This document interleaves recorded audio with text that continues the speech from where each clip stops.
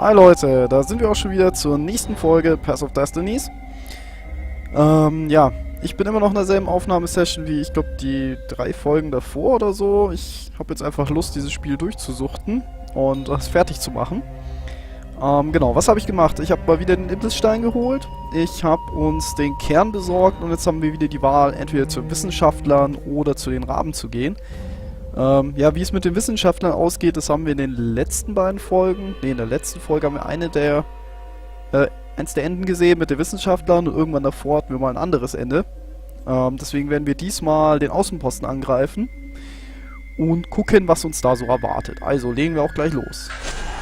As the Farfarer sailed towards the Nexus, Renato wondered if the core had been created to silence the stone, or even to feed its hunger. Honestly, he didn't care. He felt terrific. And he appreciated the quiet inside his head. Naja, wozu der Kern wirklich mal gedacht war und wo er herkommt, ich glaube, das werden wir nie erfahren im Laufe dieses Spiels. Eigentlich soll er für den Skyripper als Energiequelle dienen, aber dafür ist er wahrscheinlich auch nur hergenommen worden und ist vermutlich was anderes gewesen. Naja, würde mich mal interessieren, was die sich da eigentlich gedacht haben, wo der herkommt, ob es irgendwie Zusatzstories oder so gibt. Wer weiß. The Nexus was infested with ravens, but that didn't bother Renato. With each death, the converted Iblis stone in his gauntlets glowed brighter, and he felt stronger. Wow. He was getting a bit bloodthirsty, wasn't he? Well, he wasn't worth it. He was a warrior. They're supposed to be bloodthirsty. Ja, wir sind ein bisschen blutdurstig, okay. Töte alle Raben im imperialen Außenposten. Ist nicht das erste Mal, dass wir es machen.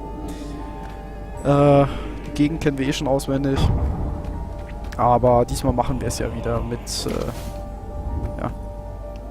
Diesmal machen wir es mit dem Kern fusioniert mit dem Iblesstein. Ja, mal schauen. Ich gehe heute mal irgendwie anders lang. Ich hab Bock, durch die Tür zu gehen. Ich glaube, das ist ein anderer Weg.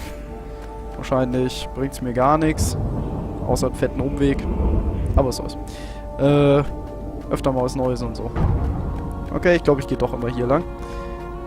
Ja. Da sieht man mal wieder, ich bin... ja. Ich kann mich sehr gut an Dinge erinnern, die ich zuvor getan habe. Ich so gewissermaßen gar nicht. In mancher Hinsicht. Prima, Gegner. Aber dann bleibt es wenigstens immer spannend. So ein bisschen hier... zu vergessen, was man schon mal gemacht hat, das macht es doch einfach interessant. Oh Gott, da kommt mehr von denen. Ah, den. So, zack, zack, Bunny hab. Mal gucken, wo es jetzt hingeht. Ah ja, okay, die Kiste kenne ich noch irgendwo her. Da geht's lang. Hallo? Ich verlaufe mich immer gerne. Habt ihr auch schon mitbekommen. Das Übliche eben. Ja. The core, absorbed in the stone, was doing its job perfectly. Renato could feel a little eldritch jolt every time he downed a raven, but then it flowed into the glowing stone the way water flows down a riverbed. It all felt perfectly natural, as if all his life, this was what he had been meant to do. Naja, ob das so normal ist, glaube ich nicht. Das mit dem Greifen habe ich noch nicht so ganz raus. Ne, das mit dem Wegkicken auch irgendwie nicht so. Autsch. Warum haut der nicht? Das ist... Können die nicht einfach von alleine sterben? So, ja. Renato tore to the last remaining guards at the outpost like hot coffee through stone. Oh, nett. There was a far speaker toad here. He called the council speaker. He knew she would be thrilled. And she was. She wanted him to come back to base. They had plans to discuss and a medal to give him. A large, golden medal. Great, said Renato. Let's talk about who else I can kill. Then the far speaker croaked again. Hello, Renato, It said.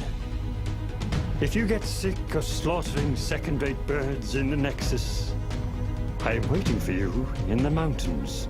Zenobia. She missed him. She loved him. Once she saw how awesome he'd become, maybe she'd join him. big kiss and well, if she did refuse for some reason, he was no match for him now. Okay, wir haben also die Wahl, Zenobia in die Berge zu folgen oder uns eine Medaille von den Rebellen abzuholen. Ich bin dafür, wir gehen zu den Rebellen. Zenobia was taunting him. No doubt she hoped to lure him into a trap. Well, he was nobody's sucker. Especially not hers. He carried victory in his gauntlet. He would go where the council pointed him. Genau. Wir werden für die Rebellen in den Krieg ziehen und diesen scheiß Krieg mit dem Imperator endlich beenden. Wie ungefähr alle Stories davor, die wir gemacht haben. Und ja. Irgendwie sind wir sehr glücklos, was das angeht, mit dem Imperator zu besiegen. Das haben wir. Also ich meine, es gibt nur ein Ende, wo es klappt.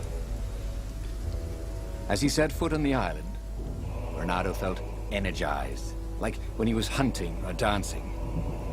Then he smelt it, the stench of ravens. It was a good thing he was here too, before they tripped over the secret base. He was really saving the council toad's bacon, so to speak. Autsch. Hasse ich die explodierenden Mistviecher. Immer selbe Mist. Aber gut, wir können wenigstens auf dem Weg zu unserer Medaille noch ein paar Raben mitnehmen. Da wird die Medaille vielleicht größer und glänzender, wer weiß. Aber wer freut sich nicht über so eine große, glänzende Medaille? Ja? War auch in Star Wars so, ja? Kaum jagt Luke den scheiß Todesstern hoch mit irgendwie 1 Million Besatzung. Kriegt dann eine Medaille verliehen und für all den ganzen Käse, den er danach macht, kriegt er keine Medaille. Keiner von denen, ja? Das ist, sie löschen das Imperium aus, keine Medaille. Aber sie haben den Todesstern getötet. Made him practically a godlike warrior. All he had to do now was collect his medal, head for the Imperial fleet, and raise some hell. Ja, das Einzige, was wir tun müssen, ist die Flotte vernichten und unsere Medaille abnehmen. Aber wie gesagt, Medaillen sind hübsch und man kriegt sie immer für irgendwelche Dinge, die man eigentlich gar nicht so wirklich getan hat. Renato was a hero of the revolution. He deserved a medal. Soon he deserved every medal they had, and hopefully one big medal ceremony in front of everybody with trumpets so everyone could know what he'd accomplished. Er wird so ein bisschen größenwahnsinnig, habe ich das Gefühl. So, alle Augen ausgeschaltet. Die Augen geben nicht mal XP, merke ich gerade. Mal wieder. Schnell. Gerade so. Gerade so, würde ich sagen. Und schnell raus hier. Mit den Augen habe ich jetzt meist Problem. So he was close to the rebel base. Nothing was on fire. So far, so good.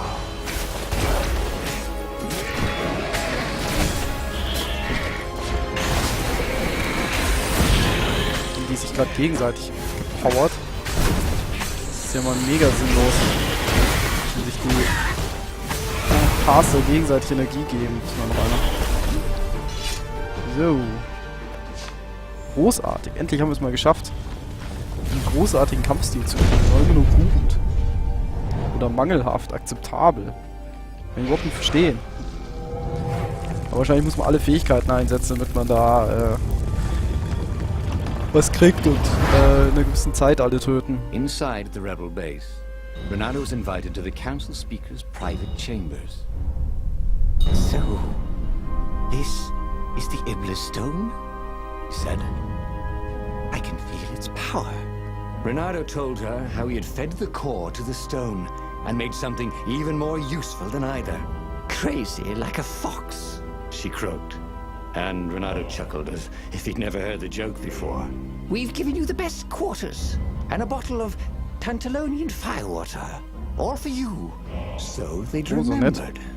He woke in the morning with the sweetest of hangovers. But the Iblis stone was gone from his gauntlet. The corridors were empty, except for a few rebels who looked just as hungover as him. Come on, you'll miss the battle, they yelled.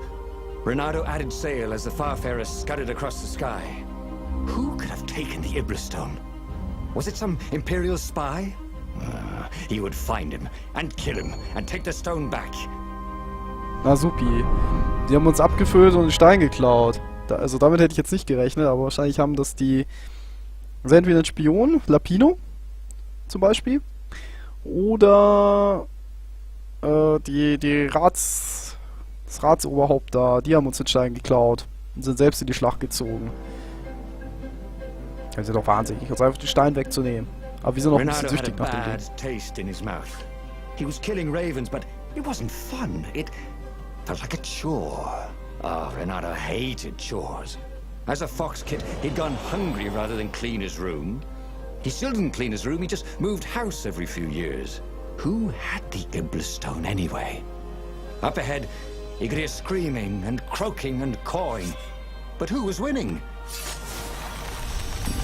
Er ist wieder so ein bisschen wie mit dem einen Ring gerade. Also der Iblisstein ist wahrscheinlich so ein bisschen an diesen Ring auch angelehnt. That was the back door to something. But what?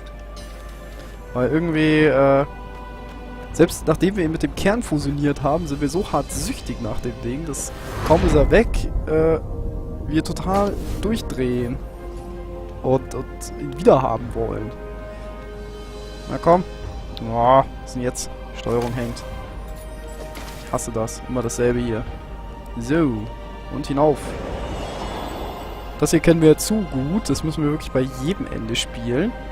Das ist wirklich, As she ran forward, gut. Renato noticed that some ravens were starting to ignore him. Just running away. Okay. Who were they running from? Some hero of the revolution? If some other so-called hero of the revolution had the stone and tried to take his victory and his medals, Renato was going to be seriously pissed off. He was the hero, not some other motion. Ich kann verstehen, dass wir sauer sind. Man klaut uns unseren Ruf und alles. Nicht unseren Ruf, unsere Ehre. Das ist schon crazy, dass die weglaufen. Irgendwas läuft hier gehörig schief. Was sind das hier eigentlich für welche? Sind die so dunkel? Wahrscheinlich, damit man sie besser sieht. Shit, oder weil sie ein bisschen stärker sind als normal. Aber was soll's. Stil? Naja, okay. Ich hab doch alles getötet. So, wie sie den Stil berechnen, würde mich auch mal interessieren. Damit kann man viel XP machen, wenn man da gut ist. Und einen hohen Combo-Bonus. Aber den hohen Combo-Bonus kann ich ja zum Teil nicht erreichen, weil einfach zu wenig Leute da sind und ich halt da diesen One-Hit-Ding krieg und keinen hohen Combo mehr machen kann. Weil die einfach mit einem Schlag tot sind. Nee. Schauen wir uns mal an, wer uns den scheiß Stein geklaut hat. Aber jetzt müssen wir hier erstmal für Ordnung sorgen. Am Deck. Wo sind sie denn? Warum spawnen die denn da hinten? Das war doch gerade woanders. Ja, jetzt habe ich wieder diesen One-Hit-Combo-Bonus. Und das ist ganz schön, umso mehr Rahmen da sind, umso schneller geht es natürlich nach oben, weil jeder Schlag einen Hit-Bonus bringt. Eine Errungenschaft, komm hier rüber. Aha, ich habe gerade eine Errungenschaft erlangt. Dafür, dass ich Leute gehuckt habe, wie es aussieht. Na gut. Wir gehen jetzt jedenfalls hier rein und schauen uns mal an, wer den Stein geklaut hat. Finally, Renato came to the Emperor's ship. Zenobia lay dead in front of it. Na super. The ship was a wreck. Ravens lay dead, sprawled everywhere. Bloody feathers spattered across the deck and the dock. The council speaker came out. She was waving a sword around like a flag. "Look at me, Renato!" She croaked. The Iblis stone on the sword was black as coal.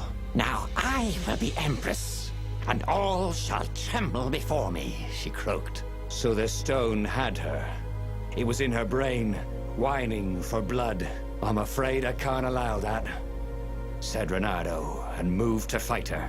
Toads are not usually good with swords. Something about the footwork. And the council speaker was not even a warrior. She was always tripping over things, which is quite an impressive achievement when you're a toad. Yet somehow, she was pressing Renato backwards as he desperately tried to keep her sword away from his throat. "Look, why don't you keep the stone?" he asked. "You deserve it." "Blood and souls for Iblis," she croaked. "Blood and souls." She got under his guard with her sword. It was just the tip. But sometimes just the tip is enough. He could feel his soul being sucked into the stone. As he died, he felt embarrassed more than anything else. Na supi, uns hat die blöde Kröte getötet. Ich hab's ja fast vermutet, dass uns die Kröte den Stein geklaut hat, als wir geschlafen sind. Warum sonst hätte sie uns so einen harten Alkohol geben sollen. Aber gut, wir haben wieder eine Geschichte abgeschlossen. Geschichte Nummer 17 diesmal. Für eine Handvoll Dukaten. Aha, eine Anspielung wahrscheinlich auf für eine Handvoll Dollar. Den Western, weiß nicht, ob ihr ihn kennt. War auf jeden Fall immer ziemlich unterhaltsam, finde ich. Was sind wir für ein Held? Ein Held, der seinen Orden verdient, der sich seinen Heldentitel nicht von jedem stehlen lassen wird. Aha. Okay, wir kriegen Feueressenzen, die wir nicht brauchen. Gut, das heißt, wir haben noch ein Ende. Eine Geschichte fehlt uns noch, nämlich Story Nummer 16. Diesmal wurden wir von der Kröte erschlagen. Ich frage mich, wer uns hier tötet. Ja. Die einzige Variante, die wir noch haben, ist, glaube ich, Zenobia zu folgen in die Berge. Aber was sich daraus ergeben wird und wo wir da landen werden, das erfahren wir in der nächsten Folge und in der letzten Folge für Stories to Path of Destinies. Seid also gespannt. Ich hoffe, ihr schaltet wieder ein und damit verabschiede ich mich. Ciao, Leute!